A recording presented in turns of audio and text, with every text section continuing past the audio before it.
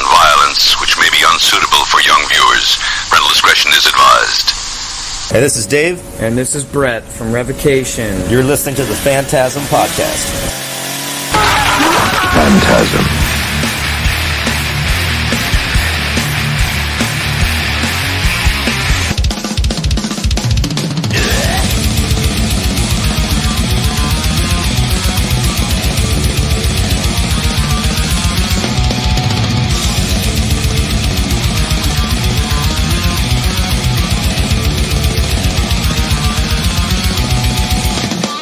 What the fuck is up, and welcome to the FANTASM Podcast. I'm Corey Gorechrist. With me.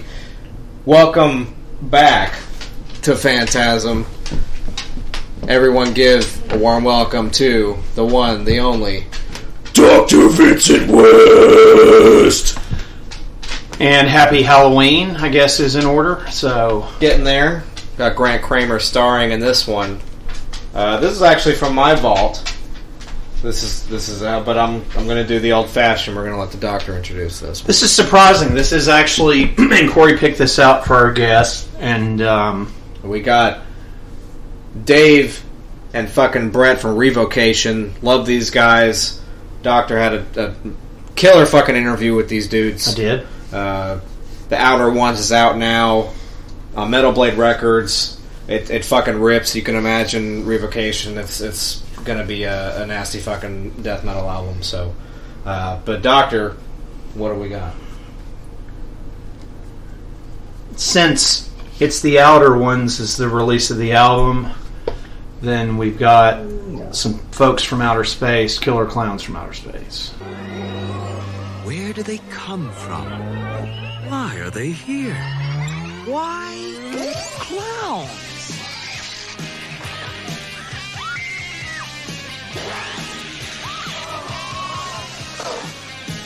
You'll laugh your head off. Killer clowns from outer space. It's crazy. Rated PG-13. Starts Friday, May 20th at a theater near you. 1988. This is fucking filmed in the Santa Cruz. 88, huh? 88. Wow. Santa Cruz. You got Stephen Chiodo, that was the director. Wrote written with his brother Charles Chiodo. And the effects for this were fucking amazing. You got John Vernon, who does an incredible job. John Vernon's great. Yeah, we've had hhim. He's part of the Phantasm alumni at this point. Yeah, he's not that we've had him on or anything. He's been in a ton of stuff we've done. He is. He's just a badass, and in this movie, as you see the goodwill here, I mean, he's just a great personality on screen, and he always, as you see, a production designer, Charles Chiodo. I mean, the Chiodo brothers really just made their own in this film, and as far as the costume design and the wackiness of this movie, but how actually well made this movie is. I mean, with the practical effects and the makeup effects, of course, were done by Chester Cheetah, the Cheetos brothers. Special makeup effects by Chester Cheetah. You also have the Cheeto brothers also, which founded Cheetos. They were so nice to get back to Corey back coming on our podcast too. So just remember, next time you see the Cheetos, just tell them they're pretty cheesy. Tell them they got killer snacks from outer space. Yeah. Indeed. Edward Chiodo, Stephen Chiodo, Charles Chiodo all produced this film. So there's and then Chester Chiodo, they just got a bunch of Cheetos in this. But yeah, this is a cult classic.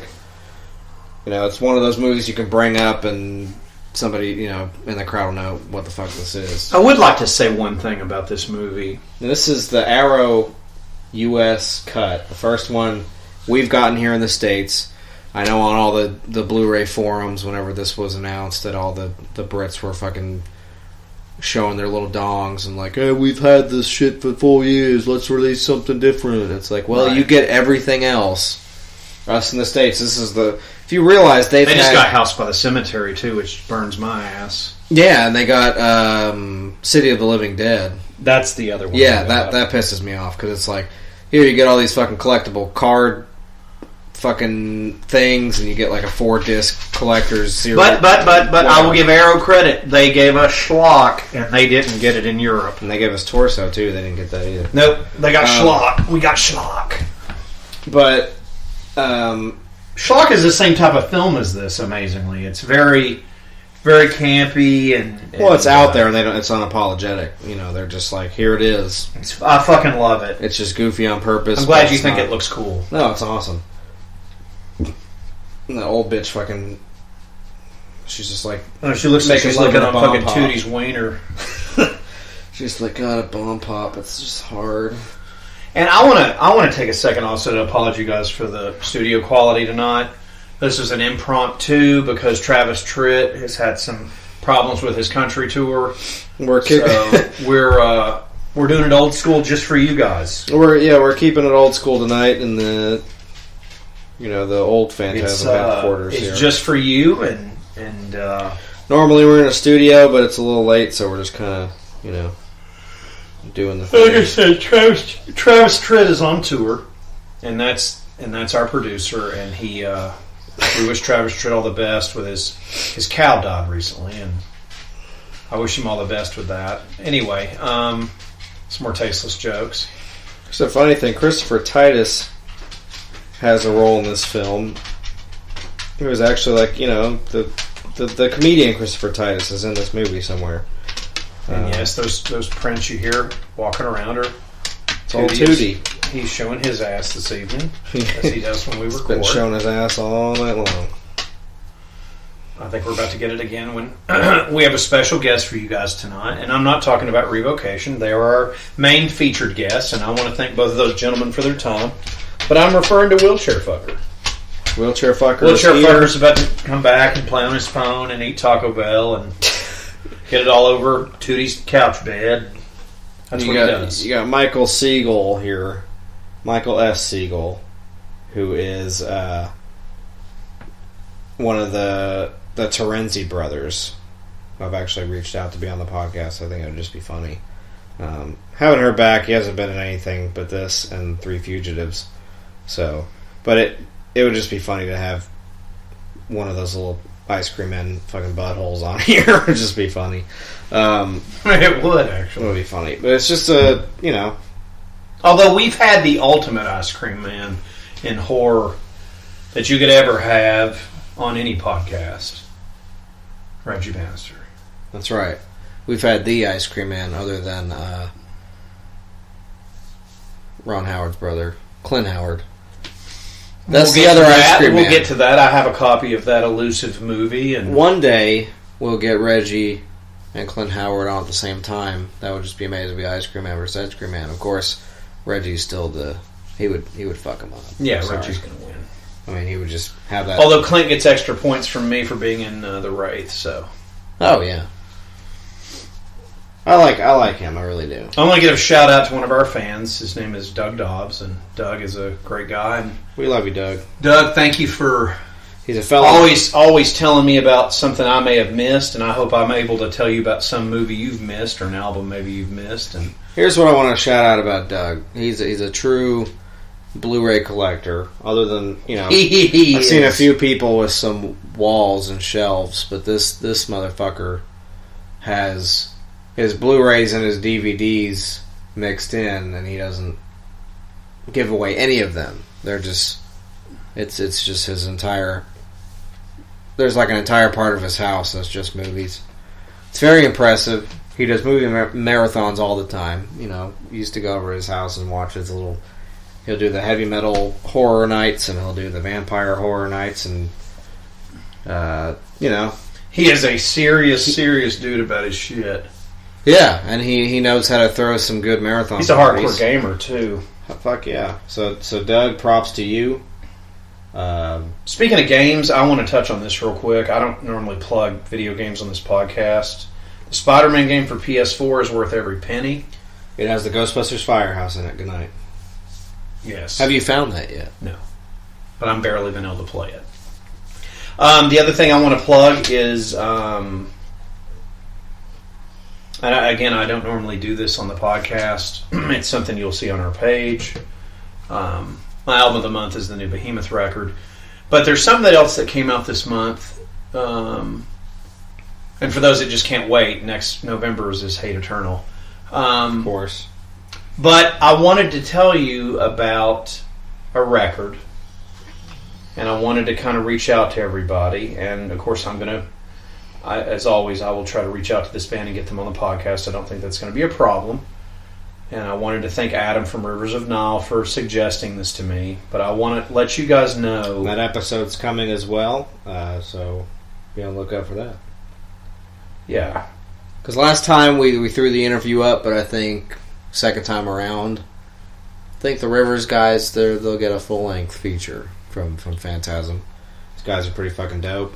I want to tell you guys about a band, and it has got to be the best debut I've heard in years. You showed me them last night, and I was blown away. I'm a huge fan of this band, and the band I'm referring to is Outer Heaven from Pennsylvania. On Relapse Records? Yep, they have a record called Realms of Eternal Decay, and the artwork and the album and the artwork's by a guy named Michael Sticker, who does the artwork for a little band from Dallas, Texas called Power Trip. So if you guys are familiar with that band, Outer Heaven. Sorry, Power Trip. It's like it's actual death metal. This is the first. It's like group of guys Outer Heaven than is me just that sound like ridiculous. They've got it together. They got like a kind of like a doom vibe going for them as far as vocals and intensity, but they sound like old Morbid Angel to me.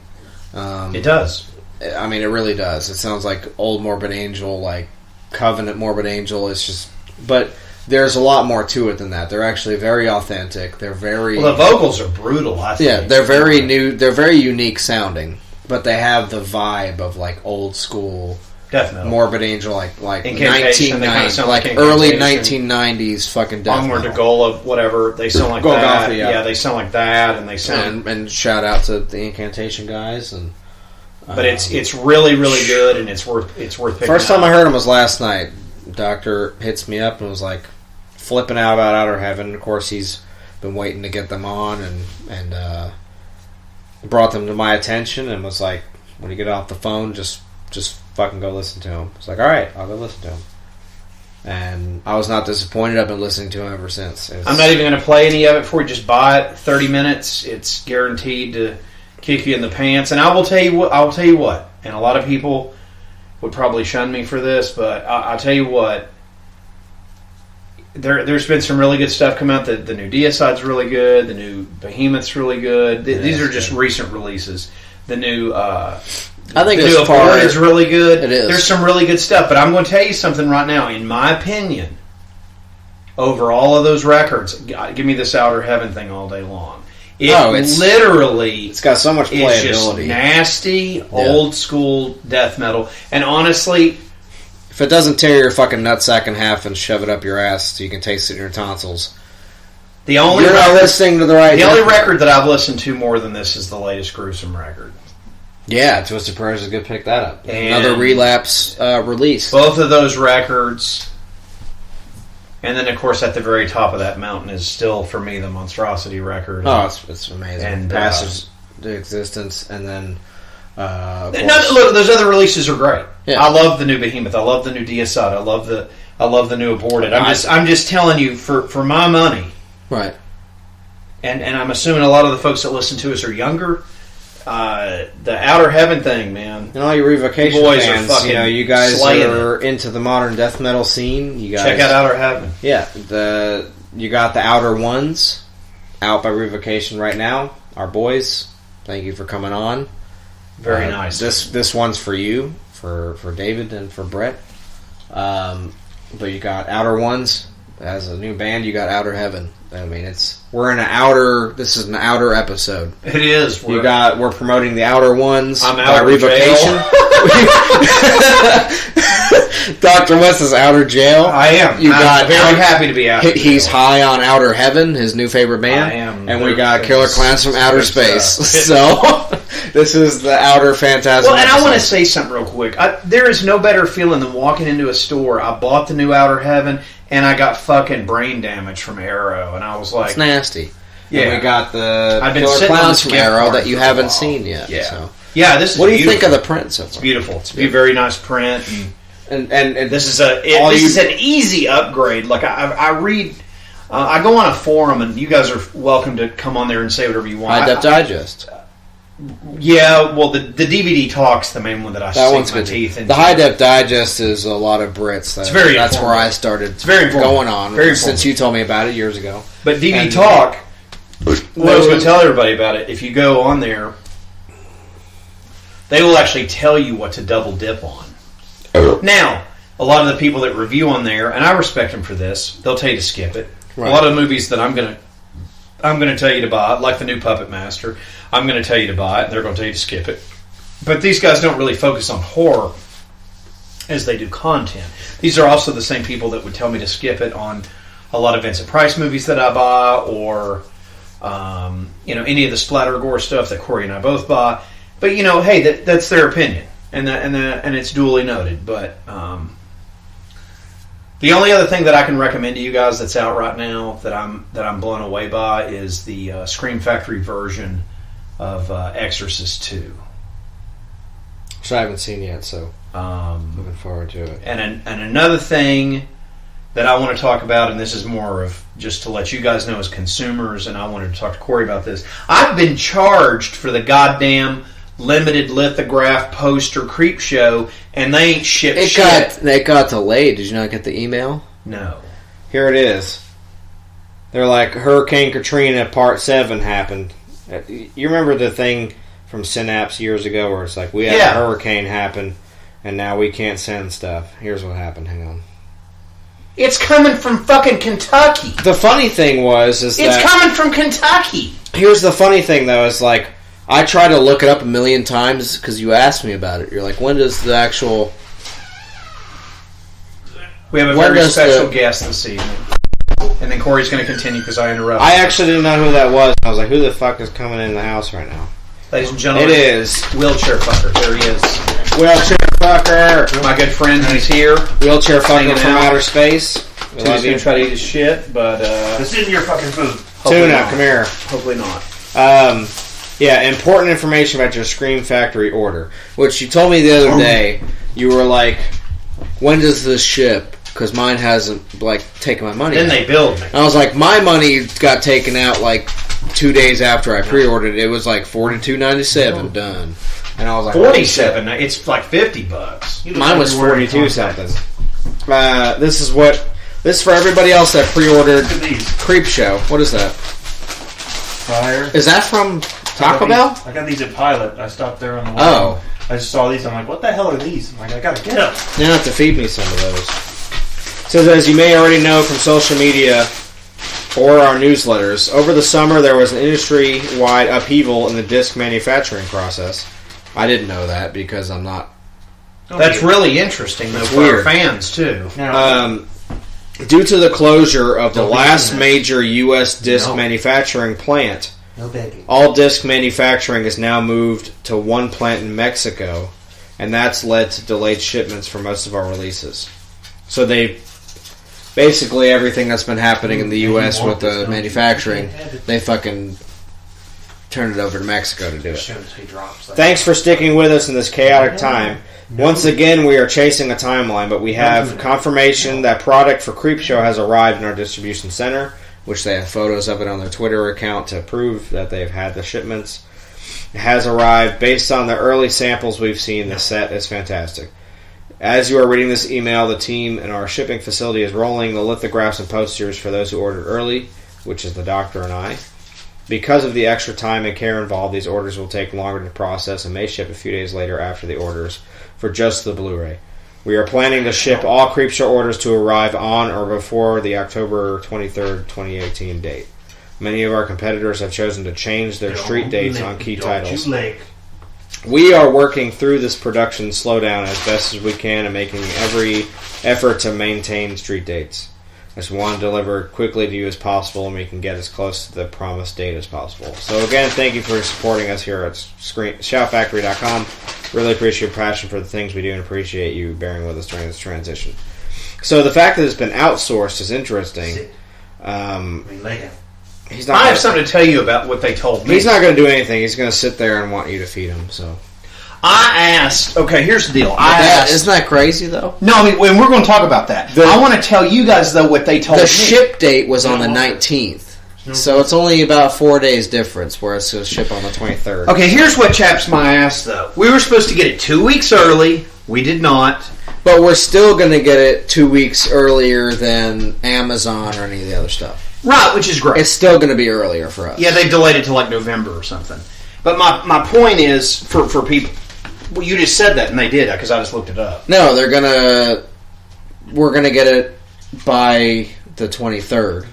Originally, we were gonna get it by the 19th. So originally we were supposed to get it 2 weeks before the 23rd because that's what it says online. Right, but it's still gonna be before the actual street date because the street date isn't until. I mean, we're getting it. We paid for it. I feel like I got fucked by it, but I just want to say this. It's the same thing with Texas Chainsaw, but that one's in limbo. First it was the artwork. Then it's like copyright issues now. So that thing's in straight limbo. I don't even know. No, it's got a street date. It does. Now it's like December 16th. That bitch was going to come out in like early November. I think the funny No, part it was September. They moved it twice. Yeah. And now it's December 16th, the Next Generation. Because the first thing, it was like the actors, which is Matthew McConaughey and Renee Zellweger, were throwing a fit about them being featured. They didn't just throw a fit. They threatened to sue Shout Factory. They were featured in the artwork, and they do not want to be noticed for that. You know what's awesome, though? Even though that was the whole selling point for that film in theaters, was the fact that they were on that. The artwork is actually restored. If you pre-ordered it, which I didn't, it's sold out now. It still has the original artwork. Well, not only does it have that, it's got a poster of them with us. It's ridiculous, and it should, because that's like their first and worst movie, and it should be known. I'll defend that movie till I'm dead. Wheelchair Fucker and I watched that recently. It's a great movie, but it's good. It's like you should seriously watch it again. And did you know there is a different cut of it that they're putting in there? A producer's it's just cut. Their acting is like the Attack of the Clones of a fucking sequel. That was kind of funny about Renee Zellweger and so bad. Matthew McConaughey though. This is terrible. like one of their best movies. Leatherface, and it's amazing though, and he's dead. No, I love Leatherface. He's dead. I love him in that. That guy they're playing. Yeah. You told me that. I think when we were doing another different podcast. Because I love the fucking makeup Leatherface, like the drag shit. That's my favorite Leatherface, and he's like extra in that movie. It's not like the end of the original. He's How got like did the he fucking die? wig. Do we know? Can we give a shout out to him for Halloween? Let me see. Robert Jacks. I think that's who it is. Wow.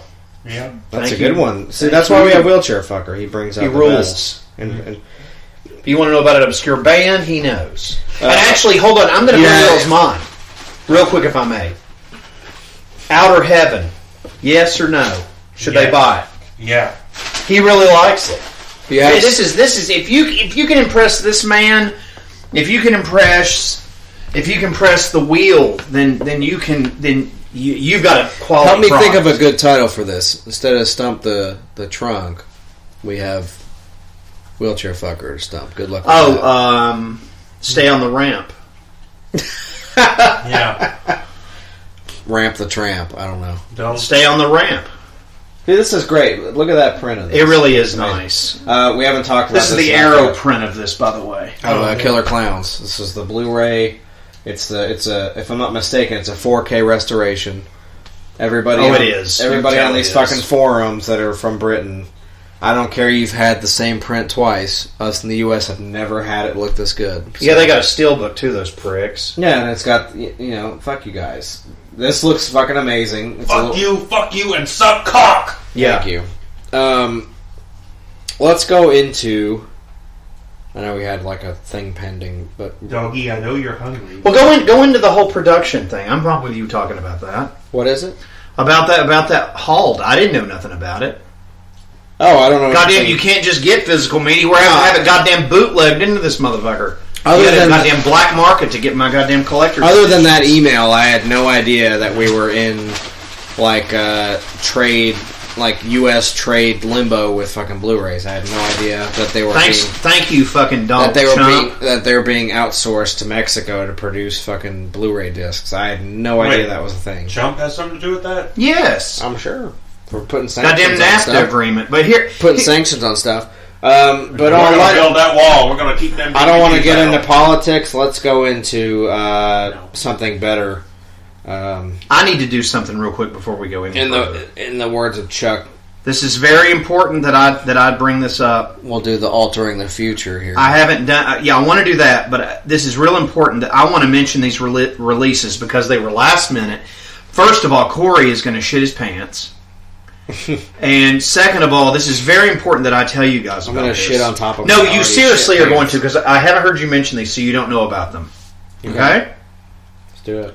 Give me just 1 second, kids. These are some movies that you have to have. This is a wheelchair-like situation because if you shit your pants, somebody's got to clean you up, and then you gotta flip you on your side. You're going to work with me a second because this is not. We're gonna have to take the pit crew out there and change wheelchair fucker's tires for him for a minute after he's defecated himself. It happens. Yeah, you're definitely going to after that the taco hell. You're gonna need some rotating of them tires. Okay, these are some last-minute Blu-rays that I want to mention to you guys, and when you listen to this is very important if you're a fan of this these are ones stuff. I haven't mentioned to you, so therefore... These are things you don't know about. Okay, let's do it. And these are very important. These are huge releases, and the reason that this is so important to tell Corey about this is because one of his favorite films is being launched with this stuff. I just have to find the... I love this scene, by the way, with the puppet show here in the gazebo, which is a very weird... scene. This guy's haircut's weird. I know a lot of people that look like this dude watching this puppet show. That makes it even more weird with his like starter zip-up jacket. We're going to start with this just because this is such a huge release for me. Starter. Arrow is putting out Schlock, which is one of my favorite movies. It's John Landis's first film, or one of his first films, rather. And, of course, we have also from Arrow, we have Torsos coming out. Can't wait. We already got some possible guest episode lined up for that. We'll figure all that out as we move on. Okay. Here's the actual clown. Now, this is where I was like, boom. Holy fucking shit. Got turned into fucking... Sony is finally releasing on the 23rd the Tom Savini Night of the Living Dead. Yeah.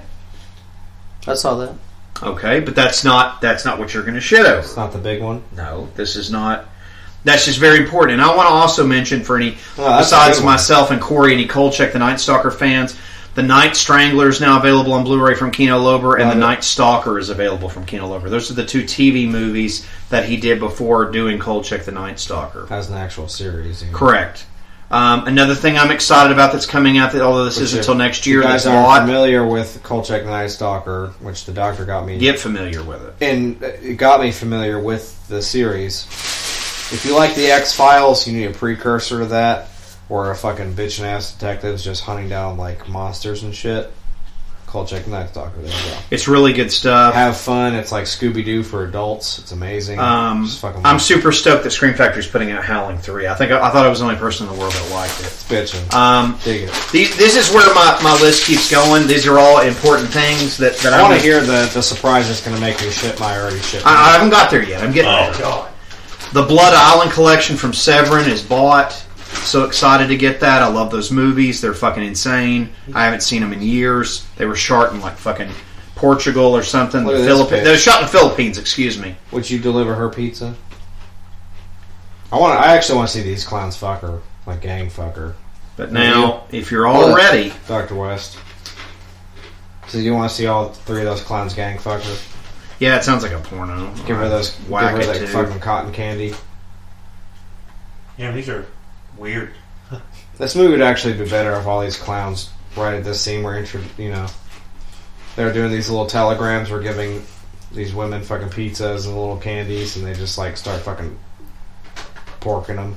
Yeah. Sorry, go ahead. Oh no, you're good. I'm still trying to find. That's not it. It's like You guys will have to forgive me. When I found these, I couldn't believe it, and they come out the 23rd of October. ding dong. Who is it? So I had to hurry and order them because I was like, well, that's weird. Olive Films, by the way, is releasing Invasion of the Body Snatchers, which I'm not really sure why.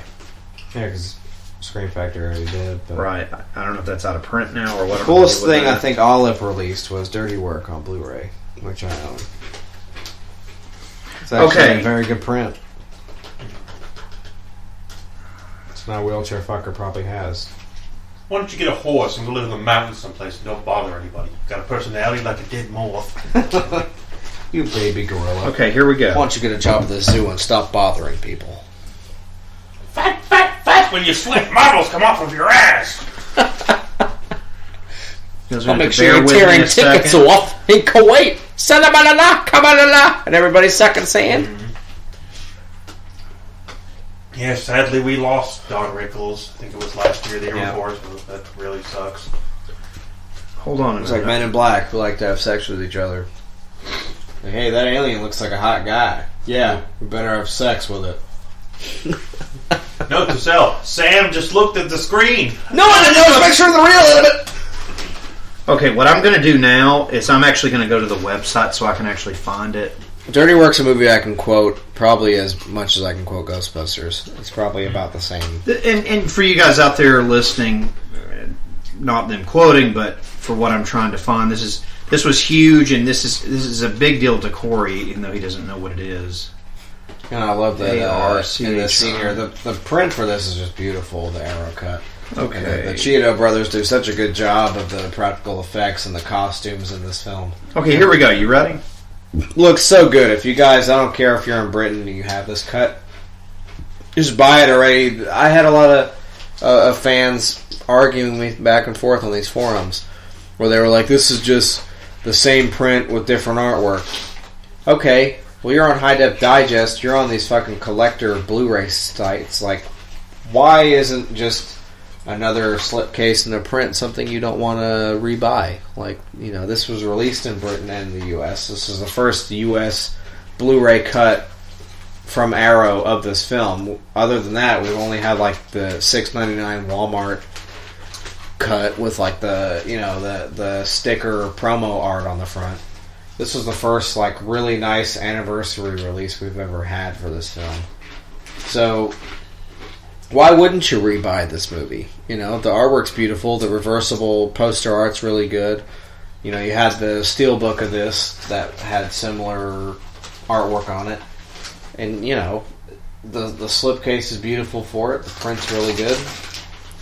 What's not to like about the rebuy value of this? You know, You said you wanted one of these, so let's try it. I wanna take What's it. this one? The Fire Chips? yeah. Alright, Wheelchair Fuckers presented me with a Dorito Fire Chip. It's like a actual Taco Bell themed Dorito chip. Yeah, so it's packaged exclusively by Taco Bell Corporation, so these have nothing to do with Frito-Lay. So this is a Taco Bell chip right here. A fire chip. Immediately taste the Diablo seasoning. Pretty sure you love this movie. I could be wrong, but Holy shit, it's happening! October 23rd. It's Warner Archive. My favorite Christopher Lee movie ever made is being put on Blu-ray. Attention by the Doctor. Dracula AD 1972. God damn it! That's my favorite. Like, oh shit, that's amazing. That is awesome. Thank you. When does that come out? Is Warner Archive? It ships this Tuesday, but yeah, it's Warner Archive. That's Warner Archive that's putting out Dracula AD 1972. Oh my god. Yeah, I about shit when I saw it. We gotta do that one. I got a couple guests I would love to give that to. And that's saying a lot. That's besides Lost Boys. I knew you hadn't mentioned it, and I was like, I gotta surprise him with it, and I figured now's the Besides best Lost time. Boys and Fright Night and John Carpenter's Vampires. Honestly, That's fucking Hammer horror, baby. It's I would have to go. Lost Boys is still my favorite vampire movie. Dracula AD 1972 has got to be number 2, and then it would be Fright Night because That is my favorite old school Dracula movie. And it's my favorite Christopher Lee movie. These aren't good for you. It's just really fucking good. And if I'm not mistaken, that one is public domain still. No, it's owned by Warner Brothers. It's Dracula Rides Out. The Devil Rides Out. Devil Rides Out. That one is... No, The Devil Rides Out is owned by Hammer Horror, and they've never released a copy of it on Blu-ray here in America. That's all. I'm pretty sure it's public domain still. And they have Prince of Darkness coming out. I think Scream Factory did that one. Is that the girl who played Carol Ann? I don't know. In Poltergeist? It kind of looks like her. No. And this scene right here is beautifully... Look at that. Beautiful print. I don't care. You guys can buy this movie a million times. I got my music list ready if you're ready to go back in time. Altering the Future. Chuck, lead us in. Of course, we haven't done this in a long time, but if you guys are familiar with Altering the Future, FANTASM Podcast, we'll take you into the year the film that we're featuring was made. We're going to give you the year that the movies, and we're going to give you the music. Even if we repeat it, we do it every episode, so suck a dick. First one, 1988. We're going to do The Great Outdoors. Dan Aykroyd, John Candy. Very underrated comedy. It's awesome. We got Red Heat, Arnold Schwarzenegger.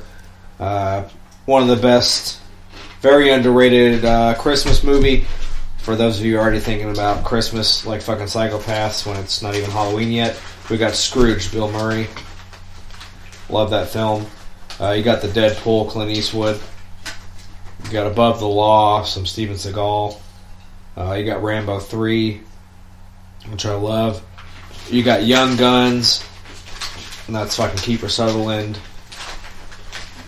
It's a great western. It's fucking badass. Kiefer Sutherland, Jack Palance, and who's the other one I'm thinking of? Lou Diamond Phillips. And Charlie Sheen, Emilio Estevez is in that. It's a badass fucking movie. You got one of the Doctor's favorites, Bloodsport. Jean-Claude Van Damme. This is a Dr. West classic. You got Midnight Run. Love it. What else we got? Mississippi Burning. That's a good movie. Big movie then. Gene Hackman, Willem Dafoe. Yeah, it's awesome. Tom Cruise classic. You got Cocktail. Mm-hmm. One of the best baseball movies ever made. For those of you baseball fans out there, Bull Durham. Good movie. It's fucking awesome. It's about like the minor leagues of baseball. Tim Robbins, baby. Yep, Susan Sarandon, Kevin Costner. Tim Robbins, Kevin Costner.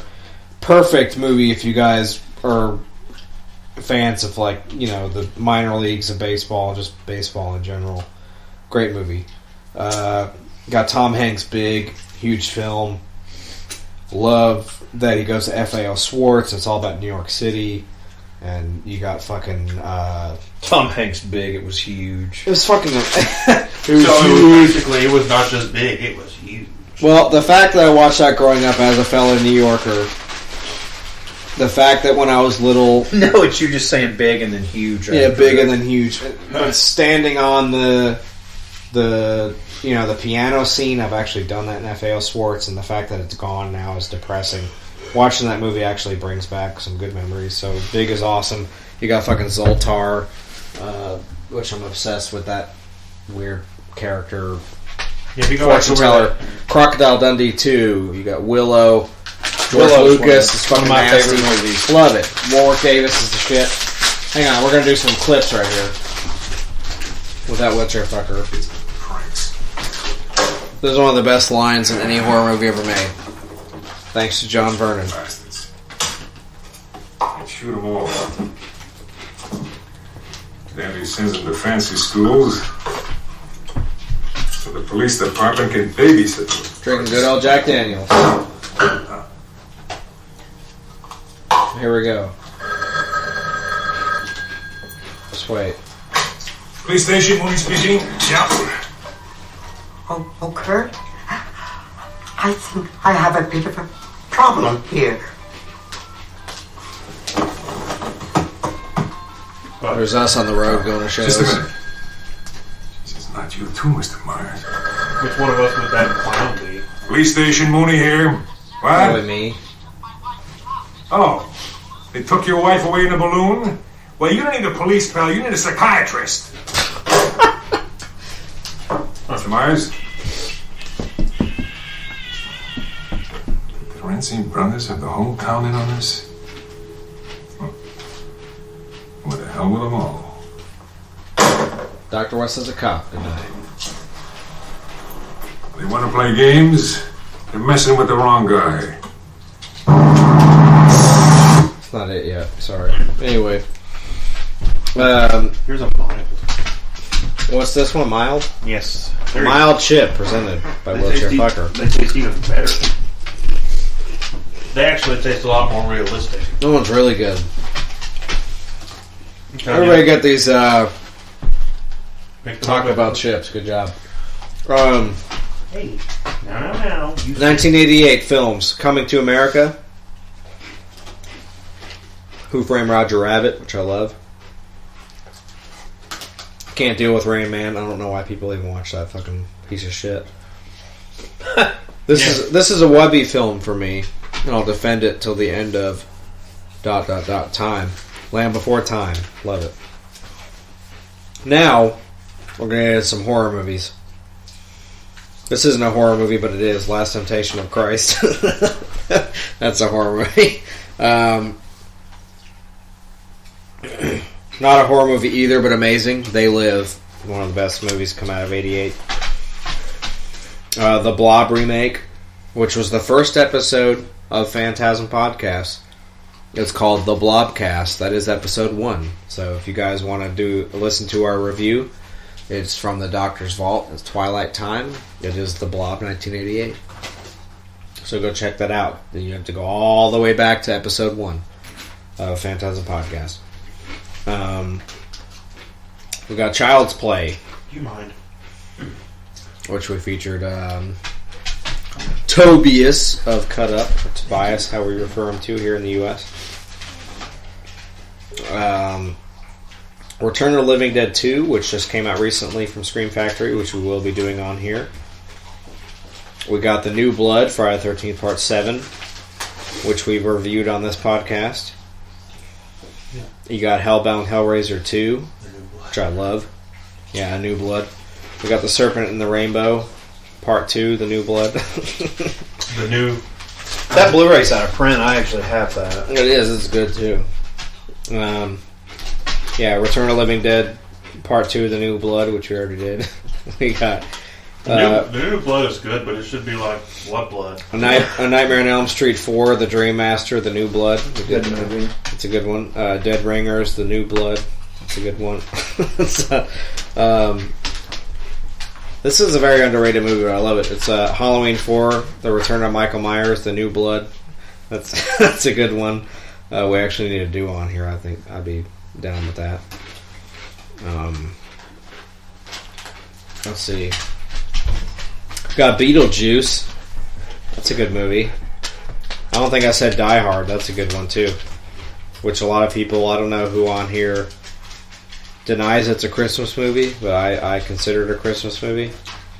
I don't know. Bruce Willis said in that roast, he said... Our buddy that calls in from the video companies, God, he'll kill you over that. It's a Christmas movie. Remember? Yeah, I remember. It's something y'all don't agree on. Uh-oh. It's a Christmas movie. It centers around a Christmas party on Christmas. I don't know. That's the only thing that people are getting wrong about it, is when it actually takes place, where it's not on Christmas Eve or Christmas Day. It's also not like a themed Christmas thing. It just kind of has like Christmas themes to it. But look, if your movie starts out with Christmas in Hollis by Run DMC as the intro for the entire film, it's a Christmas movie. Sorry. It's what it is. It's a Christmas movie. It's just not a wholehearted Christmas film to where the whole purpose of the movie is about the spirit of Christmas, which a lot of Christmas movies are not. They're just... people are wearing Santa hats, and it's wintertime, and there's lighting, and there's Santa Claus. You know, like Scrooged came out the same year. That's an actual Christmas movie because it's a Christmas play, and it's on Christmas Eve, and they're trying to do the spirit of Christmas, and they have the present, future, and past. Ghost of Christmas, whatever shit. But Die Hard is centered around Christmas Eve or Christmas Day, whatever. But there's bring us back to the horror. Where are we at with the horror? There's a lot of elements with it that consider a Christmas movie. Whatever you want to do. I've already done all the horror for. Is it time for the music? It's time for the music. One more movie I want to mention that came out in 1988. I'm going to say the most badass anime that has ever been made was 1988. It's a little film called Akira. It's gory as fuck. And it's just a really good movie. Akira is awesome. 1988, one of the OG anime films to come out. Here we see one of the most unique kills ever in horror. It's a fucking finger puppet kill. And it actually works. He actually kills like 3 spectators and sticks them in a little bowling bag full of fucking popcorn. So I did. And then he does the Gozerian jump, and he just disappears. So let's move on to the music. 1988. Doctor's going to handle that end. Let's go through some sick ass fucking metal albums. It's actually a pretty quick list. There's not much for me to talk about. Let's hear it. And this is handpicked by me. Like I'm real picky about stuff, but Queen's Rock Operation Mindcrime, which is the best thing I ever did. 1988. Yeah, it's so good. It's ridiculous. As far as like a concept album too, one of the better concept albums ever made. Iron Maiden, Seventh Son of a Seventh Son. My favorite Iron Maiden record. Slayer, South of Heaven. Megadeth, So Far So Good So What. Very underrated. Dimension Hatros by Voivod. The self-titled Danzig record. John Love. I like Twisted King. It's one of my favorites. Thank you, Eerie Vaughn. Kings of Metal from Manowar, which has got some of their best songs on it. New York shit. Blood, Fire, Death from Bathory. Transcendence from Crimson Glory, some of my homies from Florida. Flotsam and Jetsam, No Place for Disgrace, their best album. Oh yeah. King Diamond, Them. Love it. Rat, Reach for the Sky, a little hairband action for you. My favorite hairband, which is Rat. Savage Amusement from Scorpions, OU812 from Van Halen. I don't care what anybody says, the guitar playing on that record is fantastic. Which one? OU812. Oh, yeah. Anything that Edward plays on, I'm going to say something nice about because he's my favorite guitar player. Rika Putrefaction from Carcass. Malice Factricum from Pestilence. The Land of Rape and Honey from Ministry. And a little shout out to Vinnie Vincent Invasion, All Systems Go. Had the Love Kills theme song from Nightmare on Elm Street 4. I'm definitely getting more of those. Judas Priest, Ram It Down. Fuck yeah. For Corey. All I had were fire. And then Death Angel Frolic Through the Park, which is their best album. And then the last 2 on this list. And that's it. Number 2 is, and this is kind of hard to pick these because I really like both these records, but in the end the man wins. Number 2 on my list is Coroner, Punishment for Decadence. Oh yeah. And number 1 is Death Leprosy. Fuck yeah. Because we're a death metal podcast. Still my favorite death record. And I have a shirt commemorating that album. He does. Leprosy. He does, just for you. But anyway, there's the list of the records, and you guys Spiritual can Healing and then go out and check that stuff out and see what you think. And I want to be honest with you, after a few listens of that band in recent memory, when I've gotten severely intoxicated, I have to be honest with you. As far as Leprosy goes, when I was younger, because it was the first death record that my friends bought, right? And I remember I went and bought, because it was the newest record that was out at the time, and I went and bought it as well. But then I bought Scream Bloody Gore, and Scream Bloody Gore when I was younger. True story. I liked it, but I wasn't crazy about it. I listened to it the other night when I was completely and totally hammered, and it's really good. I love that album. I think it's all about a mood or whatever. But I have to say now, as I've gotten older, I'm going to go Scream Bloody Gore over Leprosy. Even though Leprosy's songwriting's probably better, but there's something sloppy and just nasty about the first Death album. I think as far as... And the cover's fucking absolutely just disgusting. It's not my favorite. Spiritual Healing's always been my favorite. But yeah. And if you're in the mood to listen to stuff that's retro, that's death sounding, but it's new material, even though it's old school, check out Gruesome. And, it's really good stuff. Their new album is fantastic, and that band can't do any wrong in my eyes. I've become really good friends with Matt Harvey, and he's a really good friend of mine, and I fucking love their music, and you know. But anyway, check that out. There's a lot of good stuff coming out. You know, there's a lot of, at the end of the year, they're really dumping out some pretty quality Blu-rays. I think, and you know, you got to pick and choose with a lot of stuff. But other stuff, to me, it's a no-brainer. If I get it really cheap, get a deal on it, you know. And I do a lot of my shopping on eBay now, to be honest with you. But I'm really discouraged to hear that the Creep Show I got kind of sodomized on, but whatever. Yeah. It's supposed to already be coming out. Well, the other day they were like, oh, it's preparing for shipment from our facility. And the reason I'm going to call bullshit on some of that hurricane shouldn't have nothing to do with it. And I'm going to tell you why. Because the goddamn shipping facility for Scream Factory is in Louisville, Kentucky. Well, no, I wasn't talking about the hurricane. I was making a joke about that. Oh. Actually, I outsourced to Mexico. I thought you were being serious. I was like... No, I got outsourced to Mexico. I was like, look. I didn't really say clear why. It was like due to the major retail... due to the major retail drop and the outsourcing to Mexico. I'm like, what are you talking about? What major retail drop? I gotta read the email again. It's really confusing. They acted like it was something that everybody's been informed about, but I've never been informed about it before in my life. And neither have I.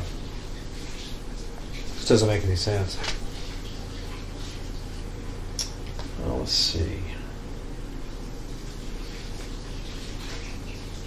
Hey, Tuna, in the words of Steve Dash, why don't you fuck off?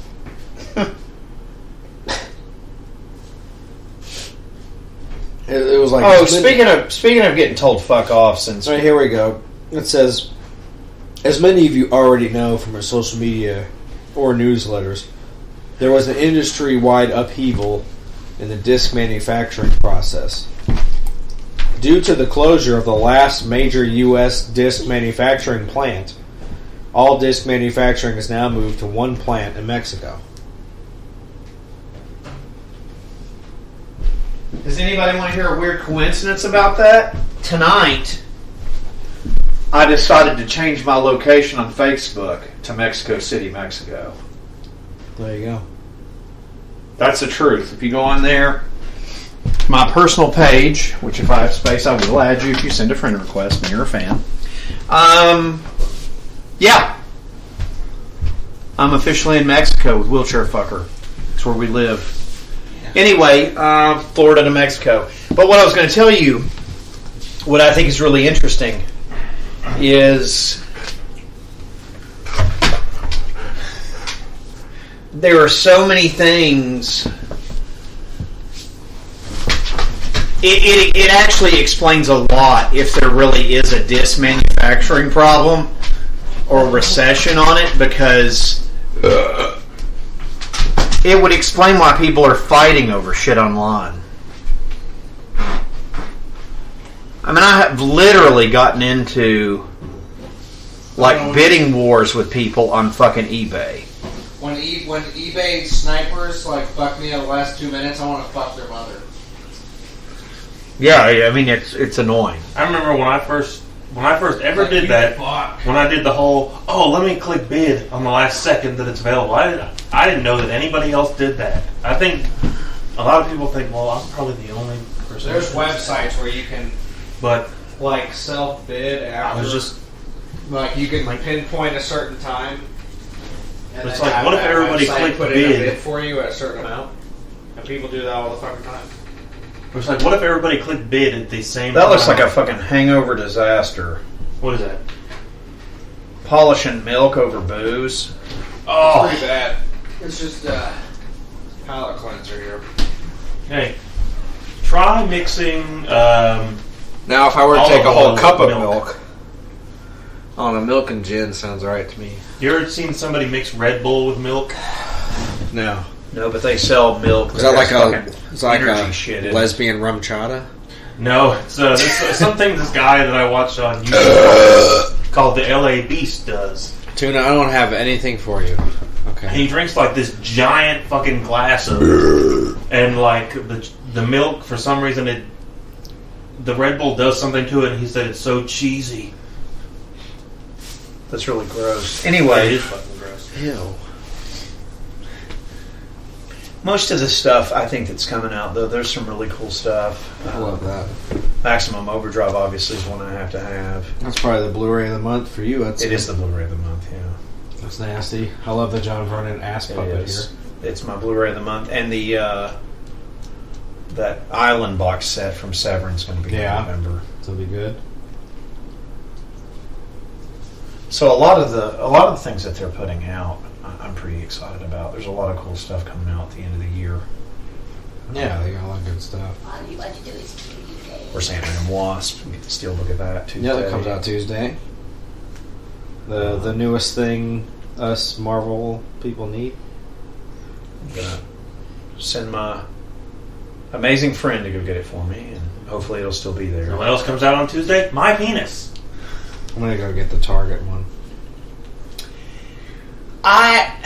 The last few ones I've gotten was Target. I got the Steelbook for Infinity War. The only Steelbooks I have of the Marvel stuff is the Guardians 2, because that was the only way you can get the 3D with the 4K. Which is a weird thing. I have all the 3D versions. And I think the only other Steelbook I have is the Infinity War. I don't think I have any of the other Steelbooks. Just that and Guardians 2. All the other ones I have. I've got all of them.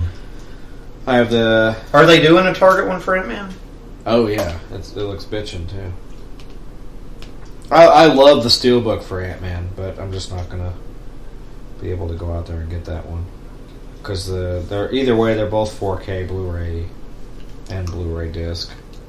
They don't come with a DVD. But the Target one, it's got the artwork and the book and all that stuff, which I'm more into now, to have that extra stuff than just a Steelbook with 2 discs in it. And You mind going and getting that for me Tuesday? Okay. It goes on sale at like 10 a.m. If you don't go get it it's just right up the street at Best Buy. But if you don't, I won't get it. 10 a.m. at what day? Tuesday. Oh. Because I don't want to have to wake up that early to get it because I've got to work. But I had some heat on it. That's a good friend right there, ladies and gentlemen. My good buddy. Oh, yeah. But there's a lot of cool shit coming out. Especially since I'll probably still be awake at that time. So You might. Let's see what comes out. This is from Scream Absurd Factory. is another title that I would recommend people to buy. This is from Scream Factory in January. I don't know why it's showing me January. Now here we go. Let's do December. Got The Jerk coming out, Shout Select. That's going to be awesome. Got Starman. Tell Mr. Gorechrist what you pre-ordered, which I think is awesome. Candyman, the limited. He got that limited version of Candyman. Oh, you got to. Now I get to have a That's a good poster one. of Tony Todd in my room. Which You got, this is a cool Shout Select title, Hang 'em High, Clint Eastwood. That's that's awesome. Got The Mangler. I think that's fucking awesome, too. That's a... Saturday the 14th is one I want. Yeah, that one's cool, too. Although the Mangler, there's an unrated version of it, but so far as I saw, it's only the R-rated version that's going to be on the Blu-ray. Robert Englund.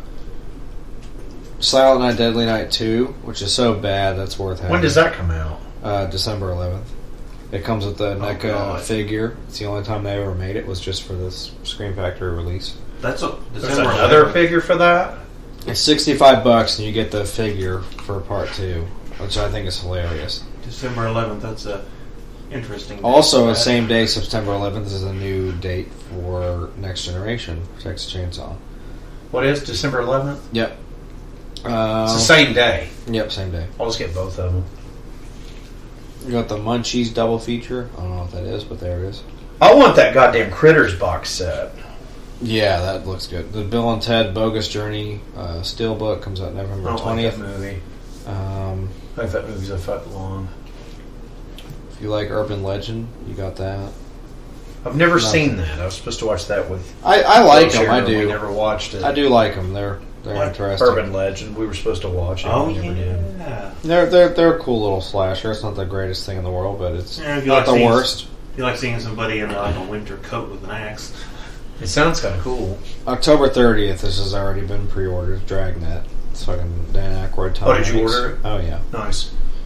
Creep Show now, October 23rd. This is an interesting one. Get Shorty is Shout Select. They've been putting out a lot of them on Shout Select, which I'm enjoying. City Slickers, I think is cool. They're putting that out. Dude, Howling 3 and the Cobra. Yep, Howling 3. House on Haunted Hill, the fucking... Not the Cobra, just Cobra. The remake of it. The House on Haunted Hill, I bought it. I haven't got it yet, but... Got the Heretic 2, that's already been out. Got the Wreck series or whatever the fuck. Platoon Steelbook's out. I think that's pretty awesome they did that. That is the best Vietnam movie I've ever seen. It's my favorite one, Willem Dafoe. It's way better, in my opinion, than Full Metal Jacket. And I love Stanley Kubrick. I do too, but Platoon is the best. It's got Charlie Sheen. It's Willem Dafoe's best role as Elias in that film. Tom Berenger. It's a good movie. He's nasty. What else we got? The Thing Steelbook, November 6th. If y'all are into that. Sleepwalkers. Oh, and let me tell them about this real quick before I forget. Film that I actually really like is Sleepwalkers. Here you go, guys. So, Halloween 2 and Halloween 3 Scream Factory Steelbooks are available exclusively now from here on. Even when you hear this, if you want it, you have to go to an FYE or buy it off Amazon. Because you can't get it anywhere else. They took the remainder of their stock. Because most of their steelbooks don't sell out. They act like they're going to, and they really don't. Well, you can buy them at fucking you can get them fucking for like second, third-hand markets for fucking really cheap. But those apparently did. So if you want them, go get them. I'm going to go snag me the Halloween 3 when I see it.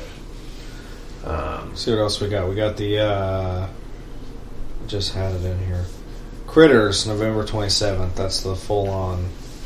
The box. Yes, the 4-movie box set. $60 pre-order with the lithograph. That's actually a really good deal, so you can still get it on shoutfactory.com. Moving on up here. Dracula Prince of Darkness is something I'm interested in. That's December 18th. You got The Jerk, comes out the same day on Shout Select. That's bought. When Harry Met Sally, I think it's... Carnival personnel only. Damn! Holy shit, I did not know. I've never seen anybody get that excited about nothing. I did not know Shout Factory is putting this film out on Blu-ray. This is... Hold on, are you ready? This is definitely bought. Corey, look. Naven, Johnson R. Sounds like a typical bastard. No, I had no idea that Shout Factory was putting this out. It's not even Shout Select, they're just putting it out. Fucking 8mm Nicolas Cage. Yeah. That is... awesome. It's on the page. Goddamn machine. That's badass. He doesn't even look at our own page, ladies and gentlemen. It's ridiculous. When it comes out, I put it on there and he never even saw it. It's 8mm Shout Factory print. I'm pre-ordering that tomorrow. That's happening. Yeah, but you need to get Naven, Johnson R. Sounds like a typical bastard. Die, you goddamn random run-of-the-mill son of a bitch! The new phone books are here. The new phone books are here. I've never seen anybody get that excited about nothing. Well, 8mm. I'm in print. I'm in print. Things are going to start happening to me now. What is Naven, Johnson R. Sounds like a typical bastard. The Jerk. The Jerk. I love it. And he's got the gun up there. He's just like, hey, Mr. Artunian, these oil cans are defective. The oil cans aren't defective. We got a defective human being. Die, gas pumper! Goddamn random run-of-the-mill son of a bitch! But the best part of that whole scene is where the guy I'm talking about from Blade Runner chases him into the fucking carnival and then stops his car and acts like he can't go in there and turns around when he's like, carnival personnel only. Damn! Like, I obey the laws. I have to. Come on, shithead. The Howling 3, January 15th. Howling 3 is a great movie. It is good. Dirty Rotten Scoundrels, January 22nd. That's a great movie. It is good. This is a good one. Love that movie. Oh, yes. That's a good one. Another movie centered around Christmas. Is it considered a Christmas movie? Cobra.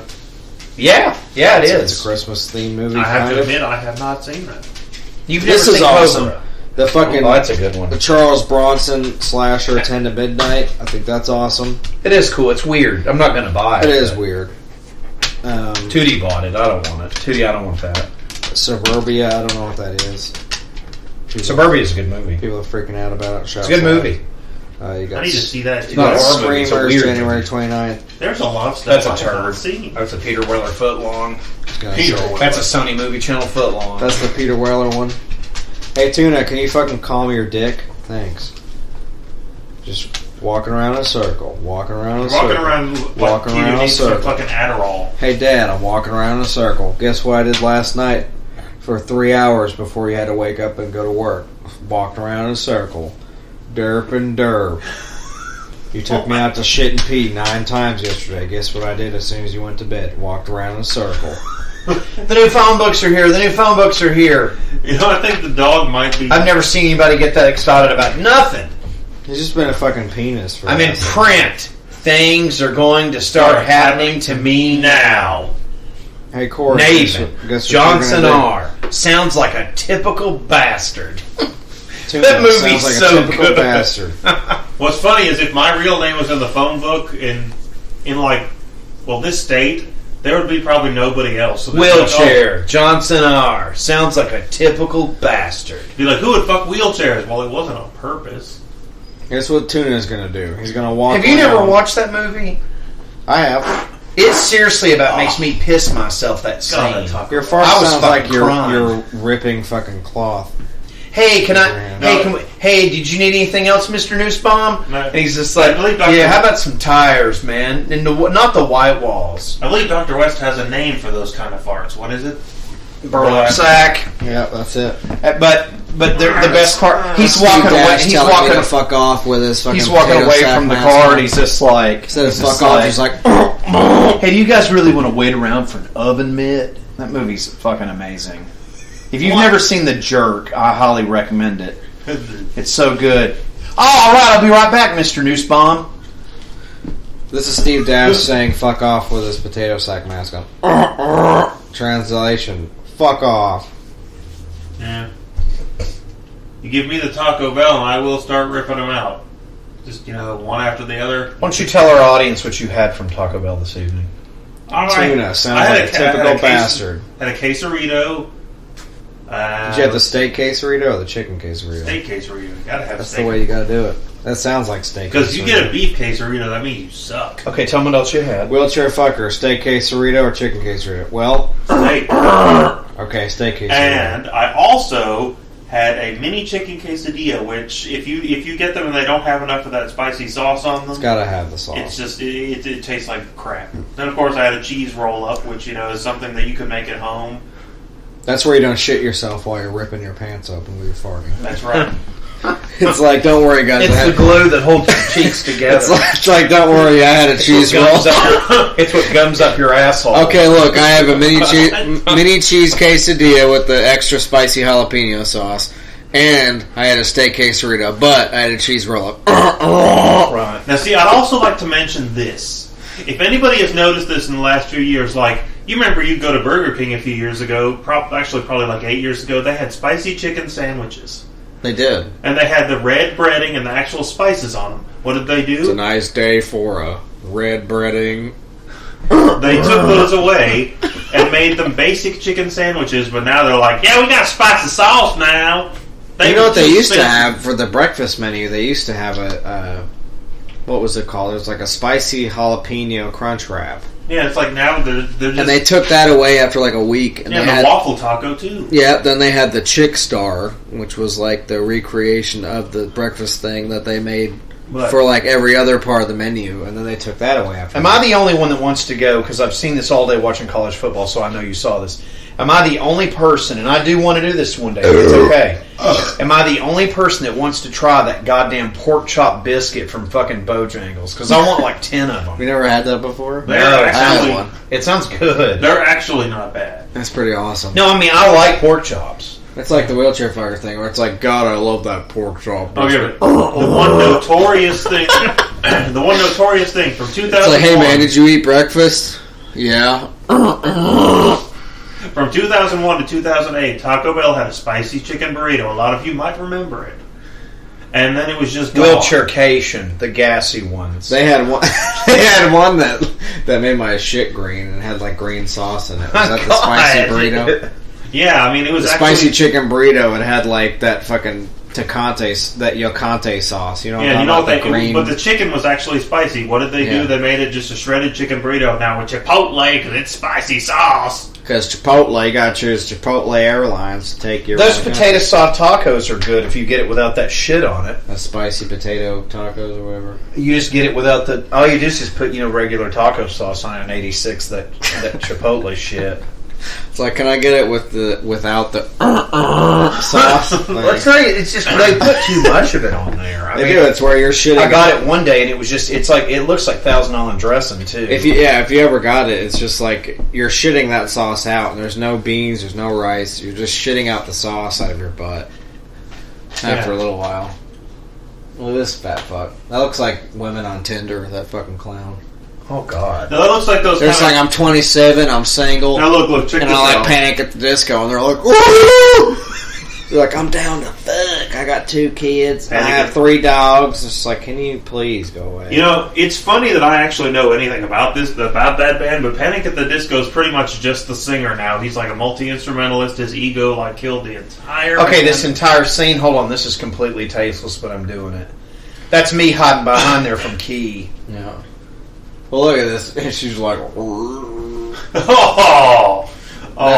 caught it. That's me. That's Key trying to eat me. That's me swiping left on Tinder. Does her hair look just like that? I super like you. I don't know. That's some. I had a girl over once that looked like that, and I thought she wanted to do something. I'm like, wheelchair fucker. I super like you. Hello. Yeah, like this. It's really scary. I had a girl in a wheelchair once actually tell me I like to be tied up, and I'm like, what for? You can't get away anyway. Oh my God! It's like your legs are already tied up. What else you need? Yeah. That's a tasteless joke, I know, but it's hilarious. Well, am I the only one that used to drink out of straws that look similar to that? That were crazy shaped. You sit there and you're giving yourself a fucking hiccups and a coronary sucking out of the goddamn thing. More like an aneurysm, or just like your lungs. Basically, yeah. You're making your lungs just. By the time it gets to your mouth, you're just like, okay, I don't want this anymore. The main character, Mike Tobacco. It's just a funny name. His name's actually Mike Tobacco. That's him in that clown suit? Right there. No, Grant Kramer. Where he's just like, during these what the fuck do you say there? Cotton candy cocoons. Oh, so those are all cotton candy dangling down? Yeah, and he's got his fucking sweater on there. I know it itches like a motherfucker. Sweater poncho. Yeah, he has to they have to cut every scene he's in by 2 seconds because he has to take it off to itch his fucking gonads and his fucking man. And that's a serious. But as a guy, that's a serious thing when you have to itch those. You can't just even his fucking 80s just for men mullet can't save him from the itchiness of that fucking turtleneck he's got on. Where's the guy fucking cotton candy cocoons? They itch. I mean, it's just ridiculous. He looks like a fucking baseball player. The guy on the right? Yeah, Grant Kramer. Mike Tobacco. That sounds like a baseball player name. Mike Tobacco hit the grand slam to win the game. There he is coming out of his candy corn cocoon, whatever the fuck it is. You know what's weird about candy corn? I always want Willy Wonka to show up in this movie. That would be cool. And you'll see a Did spaceship you want to go back to space? Clown imagination. Right. It'd be funny if Gene Wilder just popped out. And from a behind one cop of those things. is gonna save the day because it's 88. And it just turns into fucking like a Doom level where you shoot him and just... That looks kind of like a Doom level. Yeah. It looks like they're trying to escape from a goddamn Baskin Robbins. Why would anybody It's like a want to- goddamn Baskin Robbins from hell. don't like Butterfinger? That's where I find most... You know, I bet if I How went is to a- that? Hold on a minute. There's yet another anomaly. I've mentioned this on the podcast before. Some anomalies on this planet. All my Hastings goes out of business, and my record stores and everything else. Women. There's like, How I'm God's name is Baskin Robbins in fucking business? There's only one I've seen in all of Knox County. It's in Turkey Creek. No, there's one on Merchants. It's been there for fucking 100 years. Yep. No, wait, that's Doesn't exist. Domino's now. Yeah. Next It's to been gone Pilot, for you a mean? long time. It's not in there? Mm-mm. No, it's Domino's. Wow. Tell you where I'm with it here. Of course, I don't live in Tennessee anymore, thank God. But anyway, Look, yeah. It's women on Tinder who are like, I'm not fat. Yes, I am. Yeah, so But how is Baskin Robbins still in business? I don't know. They're an anomaly like goddamn Exxon and an eyesore like Exxon and goddamn Radio Shack. I was going to say, they're like the Radio Shack of ice cream. It's just like, why are you here? Radio Cream. Radio Cream. It doesn't make any sense to me. It's really I bad. don't ever buy shit from Radio Shack. I at least buy shit from Baskin Robbins when I see one. I'm on Tinder right now. It's like, look at all my pictures I have. It's not Baskin Robbins. It's Bastard Robbins for not going away. Or it's like, I'm really hot, so I'm either fake or I have 3 kids and my pussy's really big. No. I saw a 26-year-old girl the other day online. It said she had 6 kids. I'm like, what? Of course you do. You need some. What are you trying to do? It's like we need to do what China does. Need a fucking country penis to fucking 2 per person, damn it. And then you need to start adopting the rest of them because that way you can have you can have 2 that are I know from I'm hot. I just want your somebody to legacy. tell me that my kids are cute. Yeah, because that's just kind of creepy. Well, I'm wearing a Death Clock shirt. Let's see what my thing says.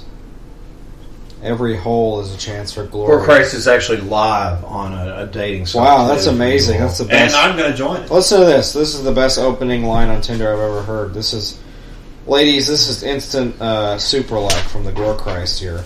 Every hole is a chance for glory. Super like, thanks. Love it. You super liked her?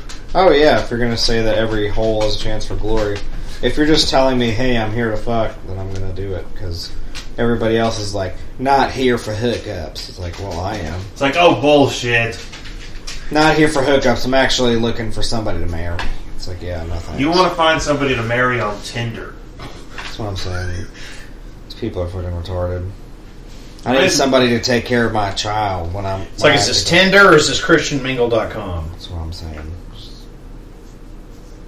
And ladies, also, if you have like a video of you doing stuff, I'm automatically gonna not like you because it's just I don't like looking at you being, I just don't.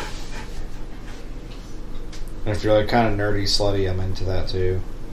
There's one thing I have to mention that this isn't just on dating sites that I see. It'll say something like, people are like, "Here is where I grow my field of fucks. Behold, it is barren."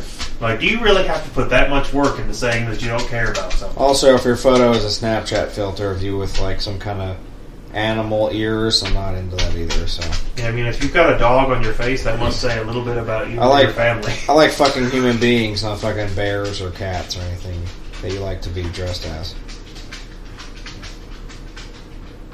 And if you don't have any information written about yourself, that makes me think that your pictures are just to jerk off to. One quick note about this film. I wish Fright Rags would stop putting out their goddamn shirts for this fucking movie every week.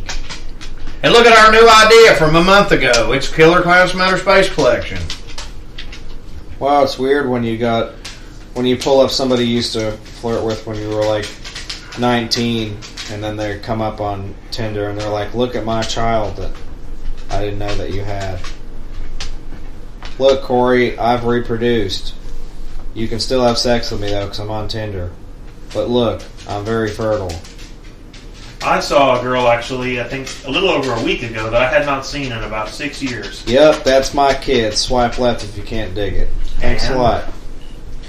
And looking for serious relationships only, which means my fucking stupid boyfriend that knocked me up walked out, so I need somebody else that's going to take care of my fucking bullshit. And here's my baggage. Somebody come claim it.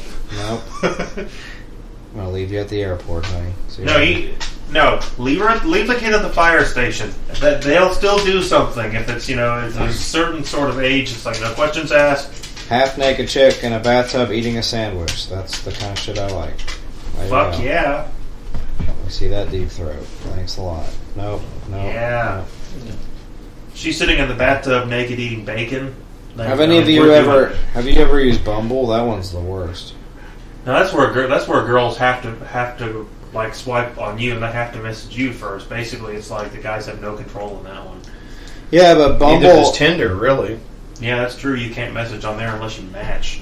Bumble is also for they're like always in med school, or they're like teachers, or like it's just like they think they're like high class, but they're really not. It's like kind of the same thing as everything else, but I don't know, they got like weird professions. Like Corey, they don't expect you to understand that they're a business professional.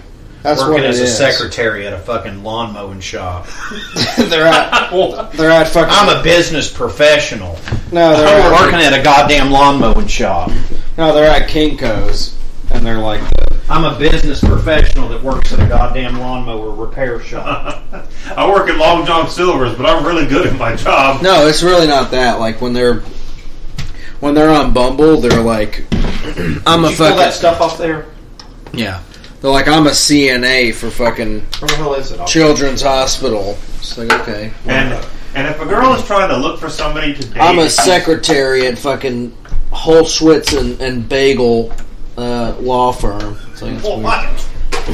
That does sound like a law firm, actually. I think I've heard. I'm a fucking teacher or an assistant at this school. So it's just all teachers, and it's super Christian. Are you good with it though? Did you wipe it? Yeah. Okay. It's basically Christian mingle. New stuff coming for you kids.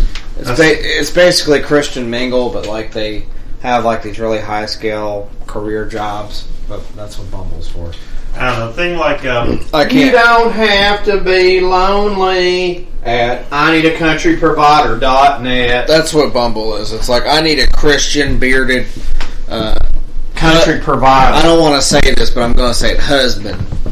I want him to cut. He loves his Jesus Christ. His dad owns a fucking brewery for IPA brewery, local brewery company. And then I want him to come in late at night and just drop up a big old bear claw in my toilet. What? He's like, I got to crawl on top of me with his fucking musky balls and fucking rotten turd, fucking dingleberry farm, and I gotta slide his fucking 3-inch fucking pinky, 3-inch pink ween in me. He's got to be like 300 pounds with his beard. He's got to think overalls are still in style. And he's got to have some kind of inheritance from his slip parents. in after the UT game and drop a bear claw from my He's got to have his old Smoky Mountain Brewery trucker hat with his fucking overalls from He's Old gonna Navy. come in and put a fucking his Old giant Navy fucking- overalls and just like button them down. And he's put going his to come in fucking and pinch off a fucking country barbed wire. God, I just want a kid for Jesus Christ. And it's just like, God, he owns that fucking. His dad owns that brewery. And here's a public service announcement: if a girl's trying to be a CNA, do not date her because she has no time for that. Nursing school takes I don't know how many years, but it's a long time. He also just mean to be like, Jax, you take your pills. Take your pills. Yes, took my boner pills so I can whack off. I've got to go. He's home. I hear him in there in the bathroom dropping off a bear claw. He's ready to just fucking. He dropped a big old muddy bear claw off in my fucking toilet and fucking brown rimmed it. He just need to artificially inseminate Connor into my fucking vag. I just can't wait till he comes in here and puts his fucking steamy ass dirty buns in my face, and then sticks his erect 2-inch in me and drops his fucking Christian diabetic fucking pastel loaf fucking of fucking hot sperm in my fucking wet ass fucking dirty salmon patty stinking fucking God, his dad rocked him so hard. Rotten fucking coot. Just God, yeah, tear that fucking Walmart lingerie off me. God, his dad worked him so hard tonight. All 5 hours. I could feel his big heavy fucking giant balls smacking against my fucking. He just put his dirty fish oven. His hickory farm. He just stuck his hickory farms bologna in my fucking hole. I could smell his dirty bear claw fucking loaf still steaming out of the fucking toilet when he emptied his fucking 3 gallons of fucking protein fucking gluten free. His fucking gluten free semen. His protein fucking energy drink load in my fucking cooter. His fucking no judgment zone Planet Fitness Kong. His Donald Trump voting fucking I do what I want sperm in my fucking worthless fucking fish hole. I'm not racist, but here's my racist statement ass fucking wiener inside me. God, yes. That's pretty much what it is. Oh, yeah, come on. You drive a truck and you're a big asshole. You go 70 on a 2-lane road. He goes 70 inside my old corny fucking fish hole, too. God, you don't want me to tread on you, but damn, here's 3 kids. It's like, I'm about to fertilize your crops. It's like, I know it's a drought, but like, trying to fucking whack off. Like, would you please shave that thing? You know, that hurricane was running up the coast, and his fucking brown bear claw was slipping out the side of his butt in my toilet. Bear claw. Where'd the bear claw thing come from? Because I like the Krispy Kreme and fucking Christian women that don't have sex before marriage, but they get fucking knocked up by these IPA. Nastiest thing I've ever seen, and I want to mention this real quick, was in South Carolina when they were playing Texas A&M. Yes, Corey and I are huge football fans, but anyway, they were serving, and I just want to ask you this, Corey, if you would eat this, because I thought this was disgusting. So did Wheelchair Fucker. That's in South Carolina. It's probably gross. It was a double cheeseburger with bacon, and the buns was a Krispy Kreme donut. Ew. It's like I'm not joking. That kind of epitomizes the South in a nutshell. It's like we love getting diabetes and fattening ourselves up. Here's South Carolina. There's no culture except for fucking other fucking rednecks coming here to just make fucking Southern culture even worse. Right. And we're gonna eat the most Southern thing on the planet. It's like, let's just have a fucking double bacon cheeseburger with fucking mashed potatoes and gravy. Oh, it had mac and cheese on it, too. Yeah, mashed potatoes. No, it seriously did it not, Ian. It had Yeah. macaroni and cheese on it, and the buns were Krispy Kreme donuts. Let's have a heart attack at a fucking football game that no one cares about. It's like, let's have South Carolina game cunts fucking lose, and we eat this burger and die. It was really weird. Listen, even if you're a Gamecocks fan, why would you want to die in that fucking stadium? That's like the last place on the planet. Like, I wouldn't even fucking take a piss. Yeah, they actually they showed like a 2-3-4 second clip of that guy eating it and going, yeah. Yeah, I bet. I'm sure he fucking died on the way home. It's like, guy died of an instant heart attack on the way home from South Carolina. You know, it's like he was going to his fucking butt rock hotel. Fucking, you know. He's listening to his fucking Nickelback or his Puddle of Mud when he's on his way back. I love the way you look at me. Oh. He's like, you know, the guy. I like the Gamecocks. They played pretty good. And die. Even though they lost, they played pretty good. And it's just like, he just fucking dies of a donut burger. It's like, I don't feel good. Can you give me some of them deep fried Tums?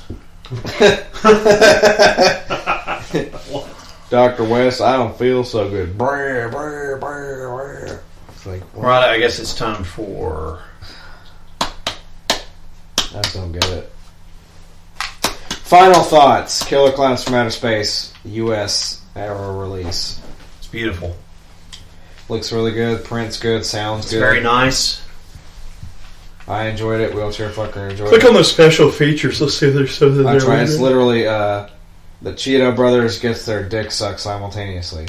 Cheeto Brothers get their dick sucked individually. Cheeto brothers get their dick sucked at the same time while touching. Killer dick sucks. Let's see. Behind the screams with the Cheetos while they're getting their dick sucked. Dick sucking auditions. Those are always my favorite. Where it's just like, you got the part because you fucking got a fat ass, you cunt. Deleted slits. You got killer boobies. You got image galleries, which shows killer boobies and deleted slits. And you got trailer park horrors. And you got audio commentary with the Cheeto brothers getting their dick sucked. Look, for one, he blew us off, that fucking penis head. I don't really care. I like this movie, but there's some fucking thanks. There's some emo band that named themselves after the Cheeto That was brothers, like a tiny little... called Cheetos, which is kind of lame. But it's like, look, all these special features is just like sucking their fucking wieners. So here's Era. We actually put their dicks in our mouth. Their penis head dicks. Look, the whole thing. The Cheetos walk among us. Cheeto Brothers early films. Bring the life to the Cheetos. Killer Cheetos. Behind the screams with the Cheetos. Killer Cheetos. Deleted Cheetos. Killer Cheetos. Image Cheetos. It's just fucking stupid. Audio commentary with Cheetos. I've never seen that many dick sucks in my whole life on here. I guess I think I would. I would like. They must have really. Look at that. The whole everything. One of those good cock sucks. I know they made the movie, but it's like you came up with better titles before. It's just like the Cheetos eat Cheerios. I don't understand. It doesn't really make any sense. No. You see what I'm talking about, though? It's just like a total dick suck. I don't understand. It's all good though. We got Revocation coming up. We do. Yeah. And their album doesn't suck dick. It actually smokes dick. It's awesome in a good way. The Outer Ones is out. Metal Blade Records. Tuna. He's out on Metal Blade Records. He's like, Dad, take me to shit and pee. He fucking stinks. He fucking... Tuna, the Outer Ones. He fucking smells. God damn, dude. Tootie Bear, the Outer smells. Get out of here. You fucking smell like a goddamn locker room. Let me get out of here. Can you sit down, please? See, after my black cat... You smell like you used tire that got shit in.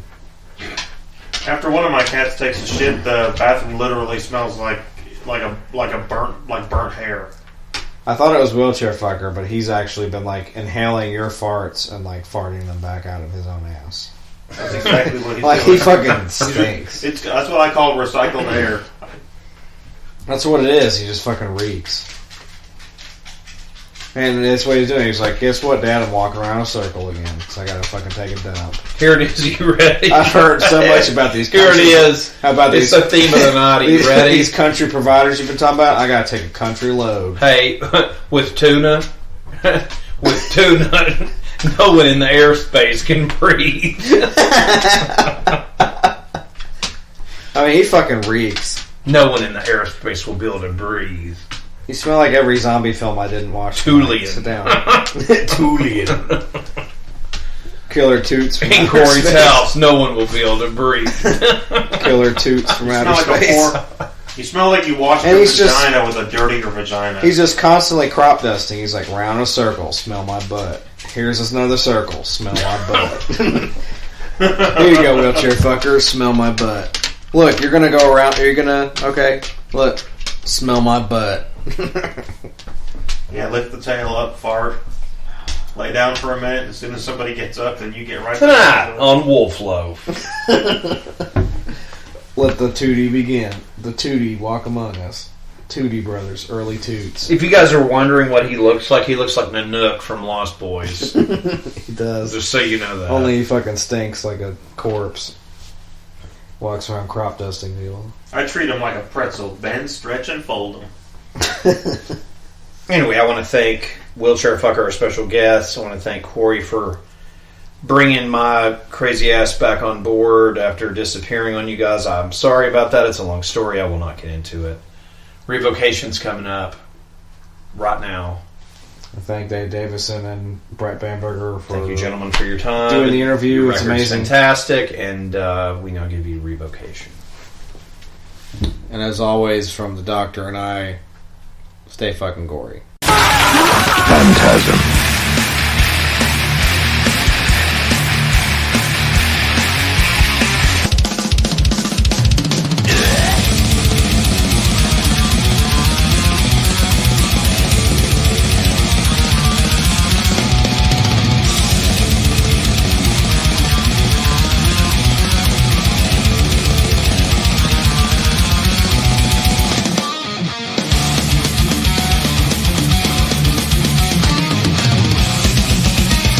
Dr. Vincent West, medical doctor, here with the Phantasm Podcast, and I'm here with two gentlemen that I've wanted to talk to for some time now.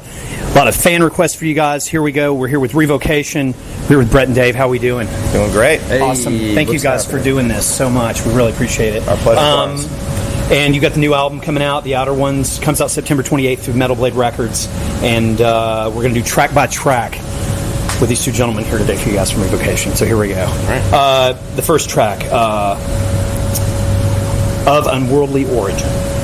Sure. So it's inspired by... The whole record has a Lovecraftian kind of vibe to it. So that song is inspired by one of Lovecraft's short stories, Dreams in the Witch House. Essentially kind of classic sort of witch folklore, but, through his own... Lovecraftian way that he is so great in crafting these dark stories. So I took inspiration from that and kind of did my own thing with it. We did a music video for that recently. That was super fun. We had Brett dressed up like a colonial pirate or something. Yeah. Covered in blood. Yeah, it was nice. How was that blood? It was tasting, Brett? Disgusting. Okay. You didn't have to taste any of that. No, I just had to just breathe in whatever weird dust and shit was in the attic at that. Oh yeah, I had left by that point in time. Yeah, that seemed grimy. It was fun. Man, hey, we all got some on that one. Yeah, it's a good time. That's amazing. Track 2, That Which Consumes All Things. Another song directly inspired by one of Lovecraft's stories. This one's I took inspiration from The Color Out of Space, which is a lesser known Lovecraft tale. A lot of people associate like Cthulhu and stuff like that with Lovecraft, rightfully so, obviously. But he wrote so many different stories, and that one was kind of cool because for me, I can't, I'm not inside his head, obviously, but like it's kind of like his take on a ghost story, I want to say, because the creature in that is just this amorphous cloud, right? There's no real form to it, and he never references it in any other story. So it's kind of like this cosmic ghost, which is kind of cool. So I took some inspiration from that one, and then like overall musically, it's just a fucking heavy, dark song. I don't know, Brett, what do you get to say about it? I like it a lot, dude. Great. Very well done. I had a good time tracking it. Can't wait to play it live. Hell yeah. Hyped up. Track 3, Blood Atonement. Next. That's one of Dan's songs. It's cool. It adds a really awesome dimension to the record. There's a cool, clean break in that. I remember when we were first writing it, when we were first writing the record, Dan showed me that part, and it was like much shorter, and I was like, oh, you gotta extend this out. This is like so cool, and this is like just what the record needs. Like the record has a lot of different elements, but it was in my opinion missing that kind of weird, cool, spacey, clean section that we've had on several records. So he really fleshed it out, and the whole song to me it really kind of takes you on a journey because there's so many different peaks and valleys in that song. Lyrically, I took inspiration from a book by Michael Gilmore called Shot in the Heart. So it's one of the songs that's not really directly related to anything Lovecraft at all, but essentially it's one of the tenets of Mormonism is that if some sins are basically so heinous that like not even Jesus Christ will forgive you, so you have to literally like atone with like blood. So if you were to kill someone in a brutal way with a knife, you couldn't be hung for that crime. Like you'd have to actually be like murdered in sort of a similar, or executed, I should say, in a similar way where your blood is actually spilling into the soil in order to achieve forgiveness or in order to fully repent for your sin. That's not what the book is about.